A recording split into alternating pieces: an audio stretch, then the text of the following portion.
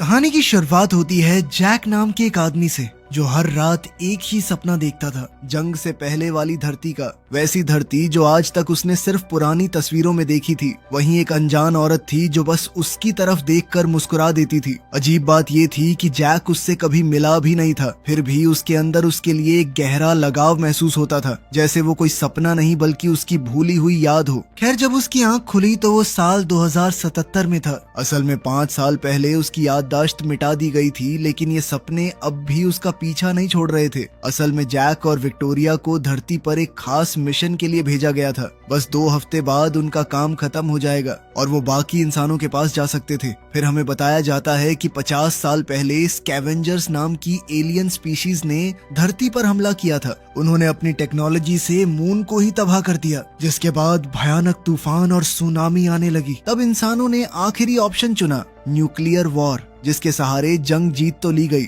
लेकिन धरती रहने लायक नहीं बची। अब जो लोग जिंदा बचे थे उन्होंने अर्थ छोड़ दी और अंतरिक्ष में एक टेम्पोररी स्टेशन बनाया गया जिसका नाम था TET। वहीं से इंसानों को सैटर्न के मून टाइटन पर शिफ्ट किया गया। लगभग सब लोग जा चुके थे और सिर्फ जैक और विक्टोरिया धरती पर बचे थे। उनका मिशन हाइड्रो रिग्स की सुरक्षा करना था। ये विशाल मशीन्स पानी को एनर्जी में कन्वर्ट करती थी और अब पूरी इंसानी प्रजाति का जीवन इसी एनर्जी पर टिका हुआ था। लेकिन दिक्कत अब भी खत्म नहीं हुई थी। असल में कुछ स्कैवेंजर्स अब भी धरती पर मौजूद थे और वो लगातार हमले करते रहते और ड्रोन्स को तबाह करते थे।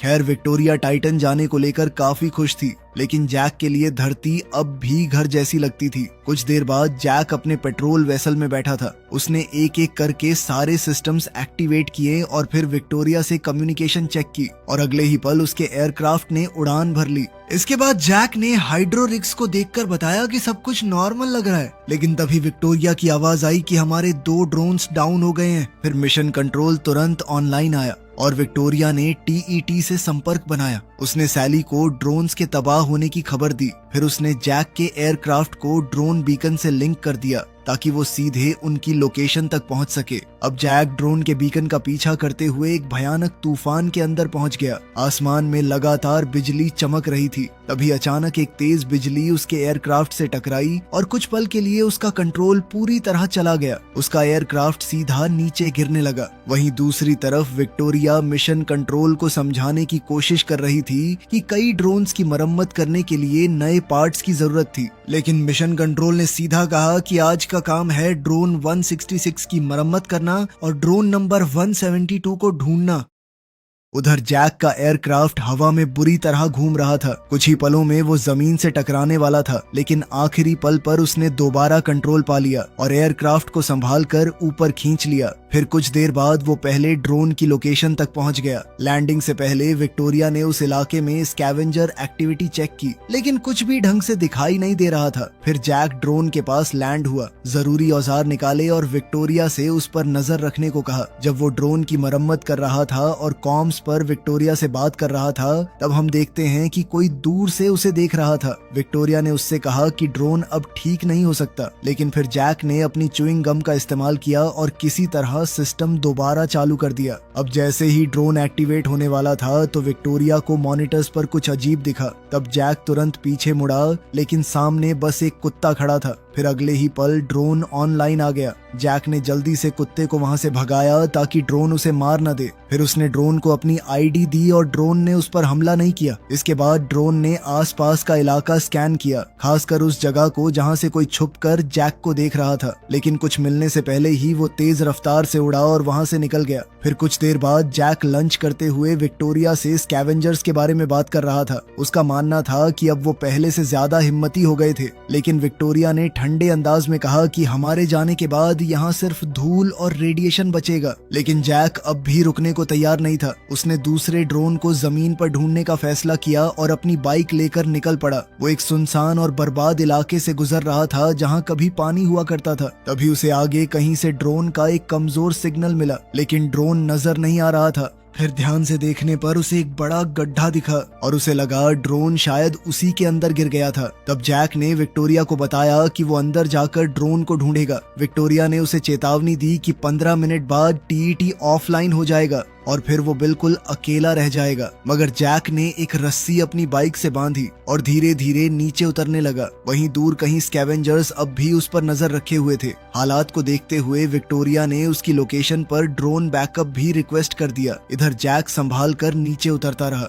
अब उसे ड्रोन की आवाज साफ सुनाई देने लगी थी और कुछ देर बाद उसने उसे देख भी लिया, लेकिन तब तक कम्युनिकेशन टूट चुकी थी। मिशन कंट्रोल अब उसकी आवाज नहीं सुन पा रहा था। जैसे ही जैक ड्रोन की तरफ बढ़ने लगा तो अचानक उसका बैलेंस बिगड़ गया और वो गिरते गिरते बचा। फिर उसने एक टूटे हुए मलबे के हिस्से को ब्रिज की तरह इस्तेमाल किया और धीरे धीरे ड्रोन की तरफ बढ़ने लगा। आखिरकार जैक सिग्नल तक पहुंच गया, लेकिन वहां ड्रोन नहीं था, सिर्फ उसका बीकन पड़ा हुआ था। तभी अचानक स्कैवेंजर्स ने उसे पकड़ लिया और रस्सी के सहारे अपनी तरफ खींचने लगे। कुछ पल के लिए लगा कि जैक अब बच नहीं पाएगा, लेकिन उसने तुरंत अपनी बंदूक निकाली और रस्सी पर गोली चला दी। फिर रस्सी टूट गई और वो उनके चंगुल से निकल गया। अब जैक को आसपास कुछ स्कैवेंजर्स दिखने लगे। उसने बिना वक्त गवाए उन पर फायरिंग शुरू कर दी, लेकिन तभी अचानक स्कैवेंजर्स ने उस बीम को ही खींच लिया जिस पर जैक खड़ा था। अब जैक ने पूरी ताकत लगाकर सामने की तरफ छलांग लगाई और किसी तरह गैप पार कर गया, लेकिन स्कैवेंजर्स अब भी उसका पीछा कर रहे थे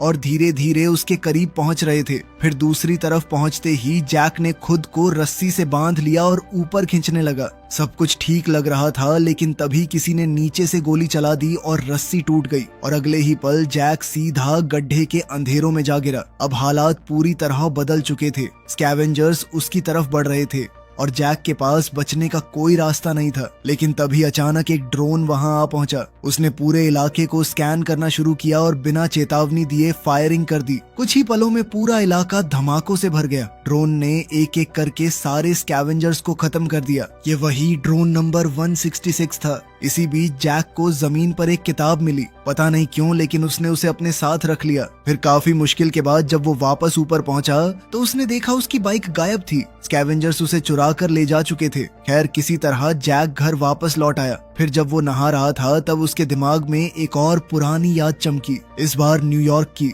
ये सपने अब धीरे धीरे ज्यादा असली लगने लगे थे।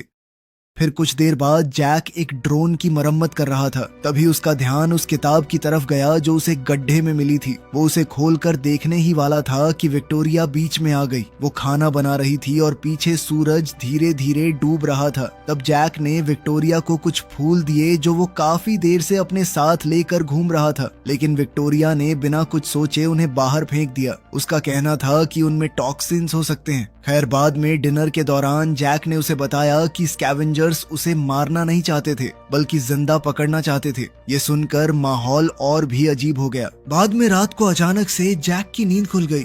वहाँ दूर कहीं एक बहुत बड़ा धमाका हुआ था। वो तुरंत जांच करने निकल पड़ा। वहाँ पहुंचकर उसने देखा कि एक हाइड्रो रिग तबाह हो चुका था। जैक को लगा स्कैवेंजर्स ने किसी ड्रोन को हथियार बना दिया है। तभी उसे एक अजीब सिग्नल मिला जो धरती से बाहर डाइवर्ट हो रहा था और यहीं से कहानी एक खतरनाक मोड़ लेती है। अब जैक बिना वक्त गवाए उस सिग्नल का पीछा करने लगा। ये सिग्नल उसे उस जगह ले गया जहाँ कभी एम्पायर स्टेट बिल्डिंग हुआ करती थी। अब जैक धीरे धीरे उस सिग्नल का पीछा कर रहा था। अब उसे बीकन की आवाज साफ सुनाई देने लगी थी। फिर रास्ते में उसे जमीन पर कुछ पुरानी चीजें भी मिली, बिल्कुल वैसी जैसी उसके सपने में आती थी। फिर ध्यान से देखने पर जैक को समझ आया कि बीकन पूरी बिल्डिंग को एंटेना की तरह इस्तेमाल कर रहा था। उधर विक्टोरिया उस सिग्नल को समझने में लगी थी। फिर कुछ देर बाद उसने बताया कि ये एक सेट ऑफ कोऑर्डिनेट्स थे जो किसी सुनसान और अनजान जगह की तरफ इशारा कर रहे थे। तब जैक ने बीकन बंद कर दिया, लेकिन उसके दिमाग में सवाल और बढ़ गए। इसके बाद उसने अपनी नॉर्मल पेट्रोलिंग जारी रखी, जिस दौरान वो रेडिएशन बॉर्डर के बहुत ज्यादा नजदीक पहुंच गया। पर घर लौटने से पहले उसने एक और काम किया। उसने पेरीमीटर चेक किया और फिर कॉम्स ऑफ कर दिए, जैसे वो किसी से छुपकर कहीं जा रहा हो। कुछ देर बाद जैक एक खूबसूरत इलाके के अंदर पहुंचा। वहाँ एक शांत से तालाब के पास एक पुराना घर था। उसने अपना एयरक्राफ्ट लैंड किया और अंदर जाकर लाइट्स ऑन कर दी। ये जगह बिल्कुल अलग थी, जैसे बर्बाद दुनिया के बीच किसी ने पुरानी धरती का एक टुकड़ा संभाल कर रख दिया हो। फिर जैक ने रास्ते से उठाई हुई छोटी छोटी चीजें घर के अंदर संभाल कर रख दी, जैसे वो किसी गुम हो चुकी सभ्यता की याद इकट्ठा कर रहा हो। फिर उसने एक पुराना लेड जेपलिन का रिकॉर्ड चालू किया। म्यूजिक धीरे धीरे पूरे घर में गूंजने लगा। जब जैक बाहर आया तो वो और खामोशी से उस जगह को महसूस करने लगा। शायद वो सोच रहा था कि टाइटन जाने के बाद उसे ये सब कितना याद आएगा। कुछ देर बाद वो घास पर ही लेटे लेटे सो गया और फिर उसे अपना वही पुराना सपना आया। लेकिन तभी अचानक सब कुछ बदल गया। जैक ने आसमान से एक अनजान ऑब्जेक्ट को गिरते देखा। वो तुरंत अपना एयरक्राफ्ट लेकर उड़ा। विक्टोरिया ने उसे लोकेशन भेजी और अजीब बात ये थी कि ऑब्जेक्ट बिल्कुल उन्हीं कोऑर्डिनेट्स पर क्रैश हुआ था जो बीकन से मिले थे। फिर विक्टोरिया ने बताया कि मिशन कंट्रोल लगभग ऑफलाइन होने वाला है, इसलिए उसने जल्दी से टीईटी को हालात की खबर कर दी। अब सैली ने तुरंत ऑर्डर दिया कि जैक पीछे हट जाए। उसका कहना था कि ड्रोन्स पहले ही उस लोकेशन पर भेजे जा चुके हैं, लेकिन जैक ने इस बार ऑर्डर मानने से मना कर दिया। वो सीधा क्रैश साइट की तरफ बढ़ता गया और नजदीक पहुंचकर उसने देखा कि ये ऑब्जेक्ट किसी एलियन टेक्नोलॉजी जैसा नहीं लग रहा था। अब जैक ने साइट पर लैंड किया और अंदर जाकर देखा कि वहाँ कई हाइबरनेशन पॉड्स पड़े हुए थे। उनके अंदर असली इंसान मौजूद थे। तब जैक ने तुरंत विक्टोरिया को बताया कि उसे 5 ह्यूमन सर्वाइवर्स मिले हैं और फिर उसने आखिरी पॉड देखा और उसके होश उड़ गए। उस पॉड के अंदर वही औरत थी जो उसे सपनों में बार बार दिखाई देती थी। लेकिन असली शौक अभी बाकी था। अचानक ड्रोन्स वहां आ पहुंचे और बिना कुछ सोचे पॉड्स को तबाह करना शुरू कर दिया। फिर जैक ने उन्हें रुकने का ऑर्डर दिया, लेकिन ड्रोन 166 ने तो उसी पर टारगेट लॉक कर लिया था। कुछ पल के लिए लगा कि ड्रोन अब जैक को भी मार देगा, लेकिन फिर उसने जैक की आईडी क्लियर कर दी। लेकिन मुसीबत खत्म नहीं हुई थी। ड्रोन अब भी उस पॉड को तबाह करना चाहता था जिसमें वो औरत थी। तब जैक उस पॉड के सामने खड़ा हो गया और अगले ही पल उसने ड्रोन पर फायरिंग कर दी। उधर दूर कहीं स्कैवेंजर्स फिर से ये सब देख रहे थे। जैक जल्दी से पॉड को खींचकर अपने एयरक्राफ्ट तक लाया और बड़ी मुश्किल से वहां से निकल पाया। फिर कुछ देर बाद वो घर पहुंचा तो विक्टोरिया ने तुरंत दरवाजा खोला और दोनों ने मिलकर पॉड को खोला। फिर विक्टोरिया ने जैक से मेडिकल किट लाने को कहा। उसका मानना था कि उन्हें तुरंत टीईटी को खबर करनी चाहिए, लेकिन जैक ने उसे ड्रोन्स के हमले के बारे में बताया। जैसे ही दोनों बात कर रहे थे कि तभी अचानक पॉड के अंदर मौजूद औरत होश में आ गई। वो जोर जोर से उल्टी करने लगी। उसका शरीर कमजोर था और वो सीधा जैक की बाहों में गिर गई। लेकिन फिर उसने जैक को नाम से बुलाया। कुछ देर बाद जब वो पूरी तरह होश में आई तो उसने घबराकर सिर्फ एक सवाल पूछा, मैं कहाँ पर हूँ? पूछने पर उसने ये भी बताया कि उसका नाम जूलिया है। विक्टोरिया ने उसे क्रैश और उसकी क्रू के बारे में बताया, लेकिन जूलिया अब भी पूरी तरह कंफ्यूज्ड लग रही थी, जैसे उसे समझ ही नहीं आ रहा हो कि उसके साथ हुआ क्या है। फिर उसने धीरे से एक सवाल पूछा, मैं कितने टाइम तक सो रही थी? और जैक का जवाब सुनकर उसके होश उड़ गए। 60 साल। फिर कुछ देर बाद तीनों साथ बैठकर लंच कर रहे थे। तब जैक ने जूलिया से उस बीकन और उसके मिशन के बारे में पूछना शुरू किया। जूलिया ने बताया कि उसे अपनी शिप से फ्लाइट रिकॉर्डर लाना होगा। शायद उसमें सारे जवाब थे, लेकिन विक्टोरिया ने उसे साफ कह दिया कि पिछले 60 सालों में धरती पूरी तरह बदल चुकी थी। फिर दोनों ने जूलिया को एलियंस के कब्जे के बारे में सब कुछ बताया कि कैसे जंग हुई, कैसे इंसान टाइटन और स्पेस स्टेशन पर शिफ्ट हो गए। ये सब सुनकर जूलिया शॉक में थी। तभी उसकी नजर जैक और विक्टोरिया के हाथ पर पड़ी और वो हल्की सी हंसी हंस पड़ी। लेकिन विक्टोरिया को जूलिया बिल्कुल पसंद नहीं आ रही थी। उसकी आंखों में एक अजीब बेचैनी थी। फिर कुछ देर बाद जैक और विक्टोरिया अकेले बात कर रहे थे। विक्टोरिया ने सीधा कह दिया कि वो जूलिया को यहाँ नहीं रखना चाहती। तब जैक ने उससे एक अजीब सवाल पूछा, क्या तुम्हें मिशन से पहले का कुछ याद है? क्या तुम उसे पहचानती हो? ये सुनते ही विक्टोरिया गुस्सा हो गई। उसने जैक को याद दिलाया कि जूलिया का बीकन ही स्कैवेंजर्स को उन तक ले आया था और अब स्कैवेंजर्स उनका घर तक ढूंढ चुके थे। हालात धीरे धीरे और खतरनाक होते जा रहे थे। फिर रात में जूलिया जाग रही थी जब जैक उसके पास आया। जैक ने उसे बताया कि विक्टोरिया उसके बारे में टीईटी को खबर कर देगी और फिर किसी को उसे लेने नीचे भेज दिया जाएगा। लेकिन जूलिया अब भी सिर्फ एक चीज के बारे में सोच रही थी, फ्लाइट रिकॉर्डर। उसका कहना था कि उन दोनों को सच जानने की जरूरत है। आखिरकार जैक उसके साथ क्रैश साइट पर जाने के लिए मान गया। कुछ देर बाद दोनों क्रैश साइट पर पहुंच गए। वहीं विक्टोरिया उन्हें एयरक्राफ्ट के कैमरास से देख रही थी। फिर जैसे ही जूलिया ने तबाह हो चुके पॉड्स देखे तो उसका चेहरा उतर गया। तब जैक ने धीरे से कहा कि वो उन्हें बचा नहीं पाया। उधर विक्टोरिया ने मॉनिटर्स पर किसी को हलचल करते हुए देखा। उसने जैक को चेतावनी देने की कोशिश की, लेकिन तब तक देर हो चुकी थी। जूलिया को आखिरकार फ्लाइट रिकॉर्डर मिल गया था, लेकिन उसी वक्त अचानक स्कैवेंजर्स सामने आ गए। एक स्कैवेंजर ने जैक को जोर से धक्का दिया और वो सीधा नीचे गिर गया। फिर जैक ने तुरंत एयरक्राफ्ट को वापस भेज दिया, लेकिन अगले ही पल स्कैवेंजर्स ने उसे पूरी तरह बेहोश कर दिया।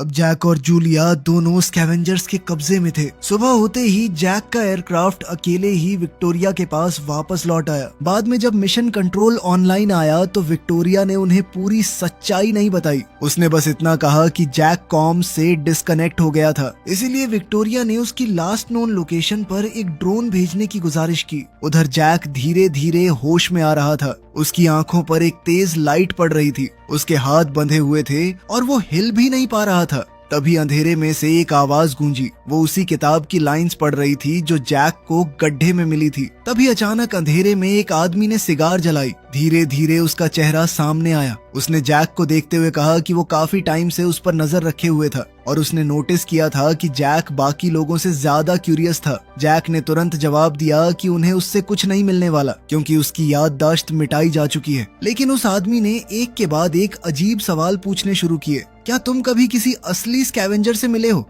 क्या तुम कभी रेडिएशन जोन के अंदर गए हो? क्या तुमने कभी ज्यादा सवाल पूछने की कोशिश की? मगर जैक के पास इन सवालों का कोई जवाब नहीं था। तभी अचानक लाइट्स ऑन हो गईं और जैक ने जो देखा उससे उसके होश उड़ गए। वो पूरी बिल्डिंग इंसानों से भरी हुई थी, असली इंसान। ये देखते ही जैक पूरी तरह कंफ्यूज्ड हो गया। तब उस आदमी ने अपना नाम बताया, बीच। बीच ने जैक को समझाया कि वो लोग स्कैवेंजर्स नहीं बल्कि बचे हुए इंसान थे और उन्हें ड्रोन्स से छुपकर रहना पड़ता था क्योंकि ड्रोन्स को इंसानों को मारने के लिए प्रोग्राम किया गया था। फिर बीच ने उससे पूछा कि उसने जूलिया को ड्रोन से क्यों बचाया। तब जैक ने सीधा जवाब दिया कि कोई भी होता तो यही करता। तभी एक और आदमी उनके पास आया। उसका नाम साइक्स था। उसने चेतावनी दी कि ड्रोन जैक को ट्रैक करते हुए यहाँ तक पहुँच सकता है। उधर विक्टोरिया मिशन ड्रोन का डेटा चेक कर रही थी तो सैली ने कंफर्म किया कि वो जैक ही था। इधर बीच के आदमियों ने जैक की रस्सियां खोल दी और उसे नीचे अपने अंडरग्राउंड बेस में ले गए। वहां बीच ने जैक को सच बताया।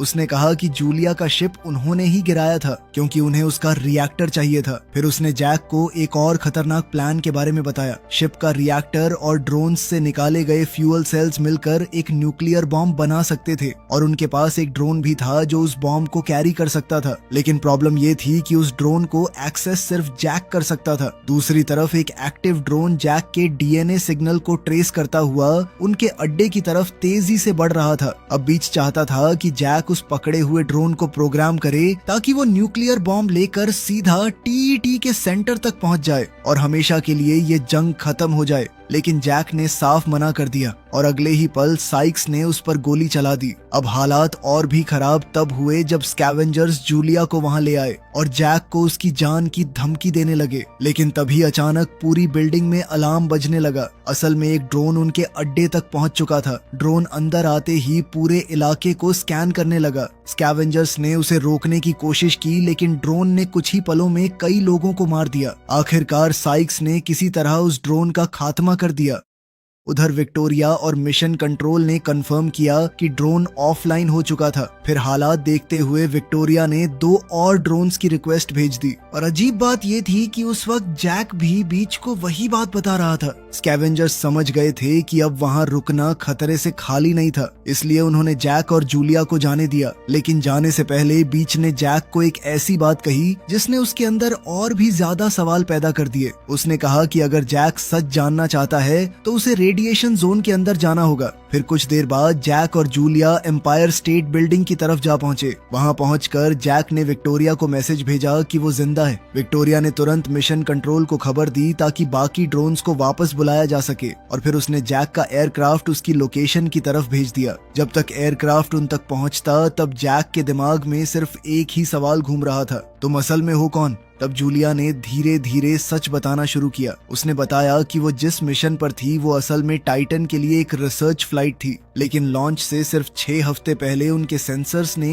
अंतरिक्ष में एक अनजान एलियन ऑब्जेक्ट का पता लगाया था और उसके बाद उनका मिशन बदल दिया गया। उन्हें उस ऑब्जेक्ट की जांच करने भेजा गया और वही ऑब्जेक्ट था टीईटी। फिर जूलिया ने जैक की तरफ देखा और एक ऐसी बात कही जिसने उसकी पूरी दुनिया हिला दी। उसने कहा, मैं तुम्हारी पत्नी हूँ और उससे भी बड़ा शौक अभी बाकी था। तुम वो नहीं हो जो तुम समझते हो। जैक कुछ पल के लिए बिल्कुल चुप हो गया। फिर जूलिया ने उसे बताया कि जिस जगह वो दोनों खड़े थे वहीं पर जैक ने उसे शादी के लिए प्रपोज किया था। ये सुनते ही जैक के दिमाग में कुछ पुरानी यादें फ्लैश होने लगी, कुछ टुकड़े, कुछ चेहरे, लेकिन सब कुछ अब भी धुंधला था, जैसे उसका दिमाग सच याद करने की कोशिश कर रहा हो। तभी एयरक्राफ्ट वहां पहुंच गया, लेकिन जैसे ही विक्टोरिया ने जैक और जूलिया को एक दूसरे के करीब देखा तो उसके चेहरे का रंग बदल गया। कुछ देर बाद दोनों घर आ गए, लेकिन विक्टोरिया ने उन्हें अंदर ही नहीं आने दिया। फिर जैक ने उसे समझाने की कोशिश की। उसने कहा कि उन्हें तुरंत वहां से निकलना होगा और फिर उसने जूलिया की तरफ देखकर कहा कि ये मेरी पत्नी है। ये सुनते ही विक्टोरिया ने बिना देर किए टीईटी को जूलिया के बारे में खबर कर दी। बेचारा जैक उसे रोकता रहा, लेकिन अब बहुत देर हो चुकी थी और तभी अचानक घर का दरवाजा खुल गया। घर में रखा एक ड्रोन एक्टिवेट हो चुका था। जैक ने विक्टोरिया से उसके साथ चलने को कहा, लेकिन वो कुछ भी मानने को तैयार नहीं थी।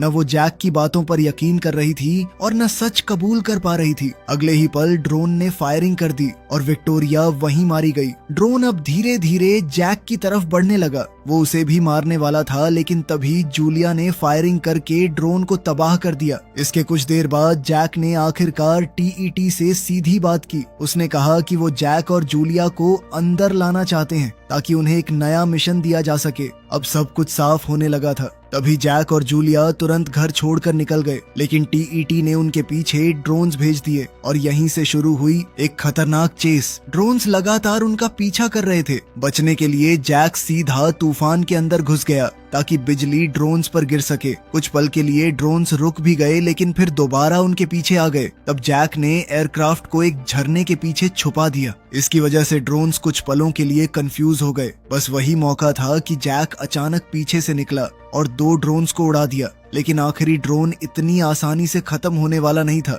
उसने लगभग उनका शिप क्रैश कर ही दिया था, लेकिन जैक ने किसी तरह उसे तबाह कर दिया। लेकिन असली मुसीबत अभी भी बाकी थी। ड्रोन 166 अभी भी उनका पीछा कर रहा था। वो सीधा उन्हें धक्का देते हुए रेडिएशन जोन के अंदर ले गया। अगले ही पल वो उनके शिप से टकरा गया और पूरा एयरक्राफ्ट तबाह हो गया। आखिरकार जैक को मजबूरी में इमरजेंसी एस्केप लीवर खींचना पड़ा। अब दोनों रेडिएशन जोन के अंदर फंस चुके थे। कुछ देर बाद जैक को दूर कहीं एक ड्रोन की आवाज सुनाई दी। वो देखने गया कि ड्रोन एक्टिव है या नहीं, लेकिन तभी उसने कुछ ऐसा देखा जिसने उसके पैरों तले जमीन खींच ली। उसके सामने बिल्कुल उस जैसा एक और एयरक्राफ्ट लैंड हुआ। जैक ने दूरबीन से अंदर देखने की कोशिश की, लेकिन उसे उस आदमी का चेहरा साफ नजर नहीं आया। इसलिए वो धीरे धीरे करीब गया और फिर उसने जो देखा उस पर यकीन करना नामुमकिन था। वो आदमी कोई और नहीं, खुद जैक था। दूसरे जैक ने तुरंत उस पर बंदूक तान दी और अपने हथियार नीचे डालने को कहा। लेकिन उससे भी ज्यादा हैरानी की बात ये थी कि उस दूसरे जैक को भी जूलिया याद थी,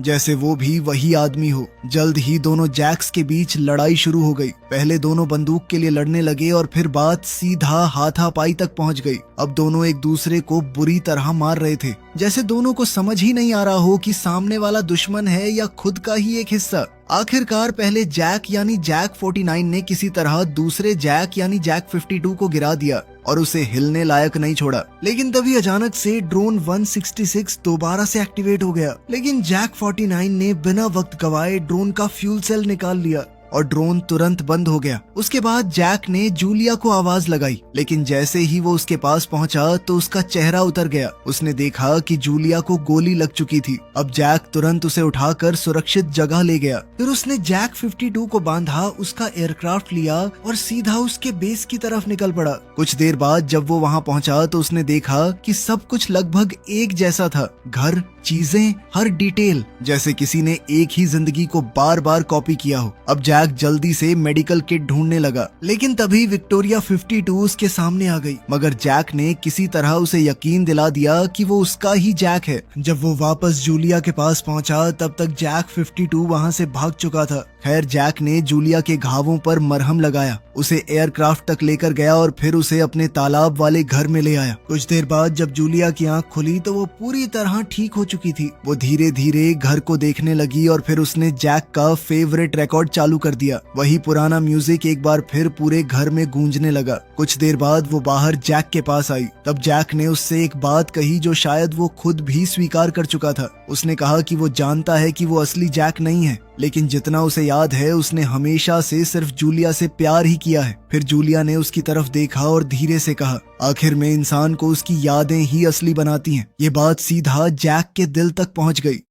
फिर अगली सुबह जैक को आखिरकार समझ आ गया था कि उसे क्या करना है। उसने बीच की मदद करने का फैसला कर लिया था और इस बार जूलिया भी उसके साथ थी। कुछ देर बाद दोनों स्कैवेंजर्स के अड्डे पर जा पहुंचे। बीच उन्हें देखकर खुश हो गया क्योंकि अब उनका प्लान सच में मुमकिन लग रहा था। लेकिन दूसरी तरफ टीईटी भी चुप नहीं बैठा था। वो जैक की पिछली फुटेज की जांच कर रहा था और उसे जैक का डेटा मिल चुका था। फिर अगले ही पल टीईटी ने उनके पीछे 3 ड्रोन्स भेज दिए। उधर जैक पकड़े हुए ड्रोन को प्रोग्राम करने में लगा हुआ था और इसी बीच ने उन्हें पूरी सच्चाई बता दी। उसने कहा कि वो शुरू से सब कुछ देख रहा था, मून की तबाही, धरती की बर्बादी और धीरे धीरे इंसानों का भूख से मरना। लेकिन असली शौक अभी बाकी था। बीच ने बताया कि आखिर में टीईटी ने धरती पर अपनी फौज भेजी थी और उस फौज का हर फौजी बिल्कुल जैक जैसा दिखता था। Astronaut Jack Harper. असल में सबकी याददाश्त मिटा दी गई थी और उन्हें सिर्फ एक काम के लिए प्रोग्राम किया गया था, मारने के लिए। अब जैक को समझ आ रहा था कि वो असल में क्या था,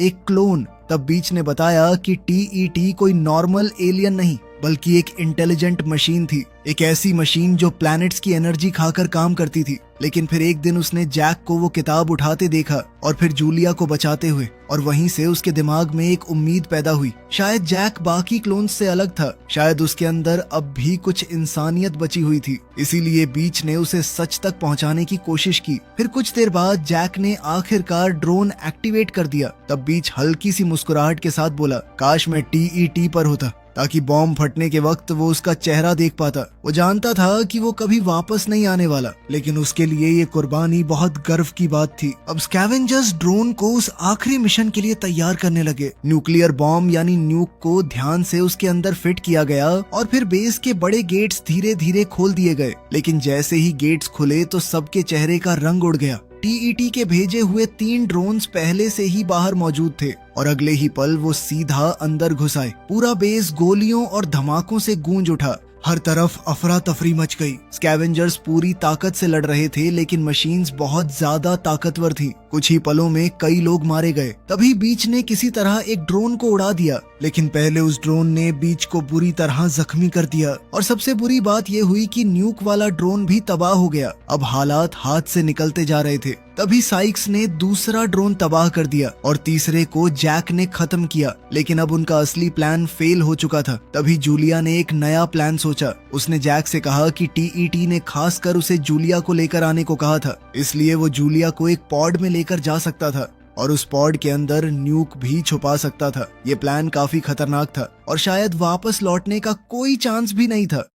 फिर कुछ देर बाद जैक और जूलिया एक पेंटिंग के सामने खड़े थे जो जूलिया को पुरानी धरती और अपने घर की याद दिलाती थी। दोनों बिना कुछ बोले एक दूसरे को देख रहे थे, जैसे दोनों समझ चुके थे कि शायद ये उनकी आखिरी मुलाकात हो। खैर फिर जैक ने पॉड तैयार किया और जूलिया को उसके अंदर लिटा दिया। पॉड बंद करने से पहले उसने धीरे से कहा, हमारे बारे में सपना देखना, और फिर उसने पॉड बंद कर दिया। जैक उस पॉड को खींचकर अपने एयरक्राफ्ट तक ले गया और मैप को टीईटी की तरफ सेट कर दिया। फिर फ्लाइट के दौरान उसने शिप का पुराना रिकॉर्डिंग चलाया और धीरे धीरे उसकी सारी यादें वापस आने लगी। अब आखिरकार सच सामने आ रहा था। असल में जैक उस मिशन का कमांडर था। सैली कोई एआई वॉइस नहीं थी, बल्कि उस वक्त नासा में एक ऑफिसर थी और विक्टोरिया उसकी को पायलट। जूलिया के साथ बाकी क्रू हाइबरनेशन में थे। फिर रिकॉर्डिंग में जैक और विक्टोरिया पहली बार टीईटी के करीब पहुंच रहे थे, लेकिन तभी उन्हें समझ आया कि टीईटी उनके शिप को अपनी तरफ खींच रहा है। ऐसे खतरनाक हालात देखकर जैक ने तुरंत फैसला लिया। उसने हाइबरनेशन मॉड्यूल एयरक्राफ्ट से अलग कर दिया ताकि क्रू बच सके,